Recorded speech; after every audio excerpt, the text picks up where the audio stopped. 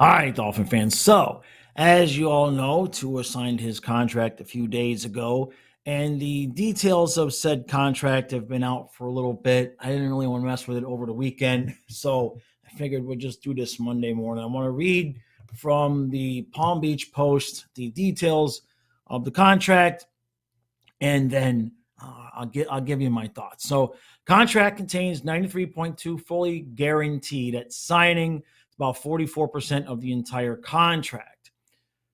Tua's cap hit for 2024 has been reduced to only 9.5 million. Obviously, this frees up money that could be used to sign a guard or a defensive tackle, etc. for this year. Now, the Dolphins are essentially fully committing to Tua for 3 years, 24, 25, 26.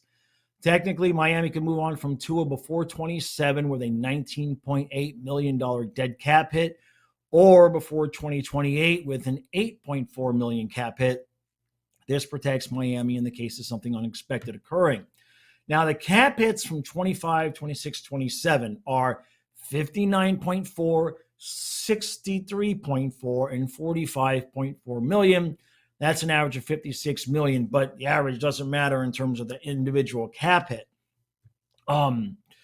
There are incentives built in if Tua plays a lot, if Tua wins a lot. There's extra money to be made based on games played, extra money to be made if the Dolphins win playoff games, etc. So, a couple of things from this. First of all, I talked about this a little bit in the previous video I made where I kind of figured Greer would blink, which, by the way, if you didn't watch the video I put out, it's like a little 1-minute video about the contract negotiations between Greer and Tua. Highly recommend it. But basically, I gave the analogy that the Dolphins already done all the repairs to the house. They've already made the house exactly the way they want it. You may as well now go get the mortgage. And with the way that this contract is structured, being committed to him for 3 years, I know that there will be people that say we shouldn't commit to him at all. And there will be people that say he's overpaid. All the quarterbacks are overpaid at this point. Okay. Kyle and I did a stream this week where we looked it up. Dan Marino's career earnings is $51 million, which means in one season, Tua will make more than Dan Marino made in his entire career. So I understand, the league is worth, I understand all the dynamics that go into that, but still, that is a hell of a statement. So committing to him for 3 seasons. Now, a couple of things. First of all, with those cap hits that he has this year, next year, it's a shame the reduced cap hit comes so late this year because we had that extra money to play with during free agency.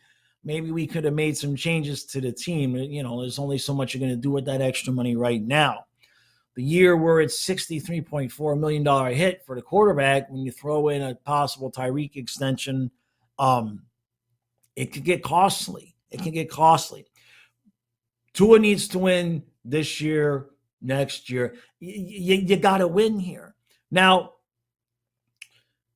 the alternative, unless, like I said in the previous video, unless Greer was going to pull off a Bill Zito-esque trade where you take Huberdeau and Uyghur and you trade it for the guy that's going to change the culture and Kachuk and win you a cup.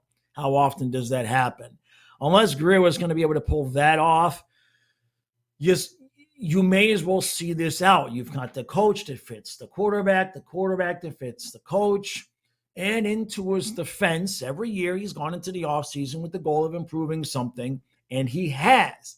Now, I'm a little bit queasy about what he worked on this year because apparently what he worked on this year was losing weight so that he could have the ability to scramble a bit more. I'm not so sure about him scrambling around more considering his concussion history. I guess the way the contract is laid out, we are protected against that somewhat. But still, the reality of the situation is he has yet to prove that he can work on improving something. That this is getting convoluted. Everything he's worked on to improve, he has. So I guess we're going to find out this year if Tua can take a hit. If he can't and he ends up concussed again, then I don't know what we do. But if he can make it through another season, or if he has a a normal injury. I twisted my ankle, I got hit on my knee, I need a game off. That's not related to the concussion stuff.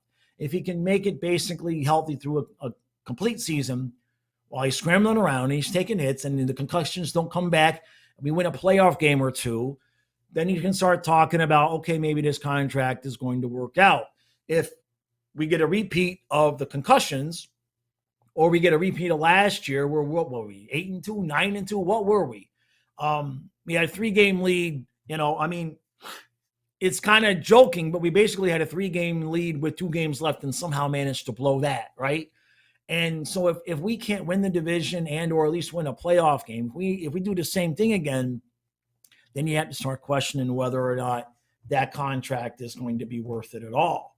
Now, in terms of what to expect from this team, what does it mean to this team this year? I don't know how much you can do with the extra cap space. When Shaq Barrett retired, we took Agba. I think we got a couple extra $1 million there. So there's a little bit of money there that we could play with, but I don't really know if that's the decision that they're going to make. I think maybe we could get offensive linemen. That might help. I did not look yet at the reports out of camp this weekend. I need to look at that. They were finally putting on the pads, but it's camp. There's only so much that you can read into the offense going against the defense on the same team, right? I mean, the defense knows the offense.